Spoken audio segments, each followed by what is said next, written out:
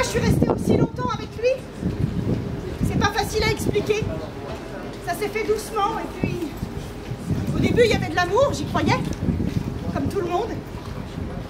Chaque fois qu'il était violent, il revenait vers moi encore plus gentil. Il s'excusait, il me faisait des cadeaux. Alors moi, j'y croyais, je me disais qu'il allait changer. Et puis je me disais aussi que c'était de ma faute. Alors je lui pardonnais. Parfois il m'emmenait au restaurant ou chez des amis à lui et là, il était charmant, adorable. Alors j'y croyais à nouveau et pendant quelques temps, c'était encore la lune de miel. Jusqu'à la crise suivante qui éclatait sous le prétexte qu'il n'y avait plus d'argent sur le compte ou que j'avais mis une jolie robe. Alors je me jurais de ne plus recommencer, de ne plus lui laisser la moindre occasion de se mettre en colère ou de croire que je pouvais séduire un autre homme. Alors petit à petit, j'ai arrêté de me maquiller. Et puis j'ai enlevé de ma garde-robe, j'ai tenu un petit peu trop coquette. T'as pas besoin de ça puisque je suis là, qui me disait tu veux faire ta... Le pire c'est que j'ai commencé à croire que c'était des moi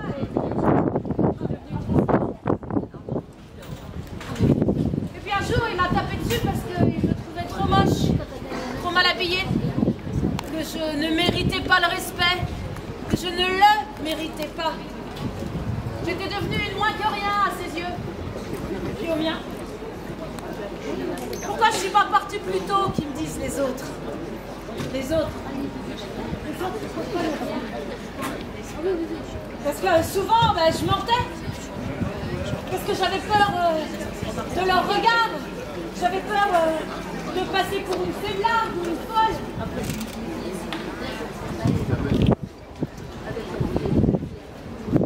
J'avais peur de comprendre que j'étais en train de rater mon couple et ma vie. Pourquoi je ne suis pas partie plus tôt, je me dis aussi des fois. Mais je ne savais pas par quel bout commencer. Porter plainte? Auprès de qui? Avec quelle preuve? Et si on ne me croyait pas? Et lui, comment il va réagir en sachant que je suis allée voir un avocat ou un flic? Et les avocats, les juges, les flics, j'ai pas confiance en eux. Je ne sais pas comment leur parler, ni ce qu'ils vont dire. Je me sens confuse. Et devant lui, j'ai peur que je vais dire. J'ai peur que ça se retourne contre moi. J'ai peur qu'on lui donne raison, qu'il y ait un non-lieu, une relaxe, comme ils disent. Et qu'après, avec lui, ce soit pire. Pourquoi je ne suis pas partie plus tôt?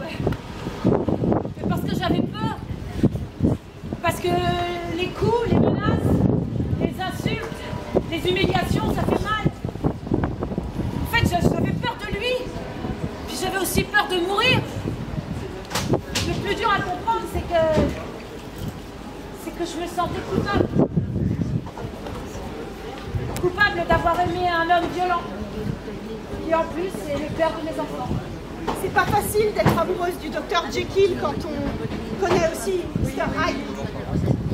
Admettre que j'aimais quelqu'un qui me faisait du mal, c'était admettre que je m'étais trompée sur toute la ligne pendant des années.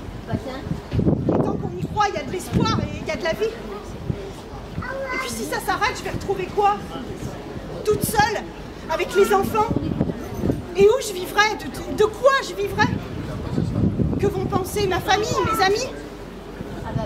Comment il va réagir si je pars? J'avais des questions du genre, et si c'était ma faute? Et si c'était moi qui le rendais violent? Et si c'était moi qui ne savais pas lui parler, le comprendre? Sauf qu'au bout d'un moment, il faut arrêter de vouloir comprendre. Parce qu'on passe vite de comprendre à excuser. Un soir, il m'a à nouveau violentée et je me suis retrouvée à terre, devant mon fils. Et j'ai vu ses yeux à mon fils. Et dans ses yeux, j'ai vu toute ma vie. J'ai vu toute sa douleur et sa peur à lui. Et ça m'a fait plus que mal. Pour moi et pour mon fils. Et ce soir-là, je me suis dit stop, c'est fini. Alors j'ai attendu que mon mari s'en aille et puis j'ai pris mon fils et puis on est allé au commissariat du proche. Aujourd'hui, je me sens libre. La séparation, c'est une bouffée d'oxygène. Même si maintenant il faut que je me retrouve, que je me reconstruise, que je reprenne confiance en moi et surtout que j'ai plus peur. Je sais qu'il y a des pays où on tue des femmes qui parlent, mais on va pas nous tuer si on parle tout ensemble.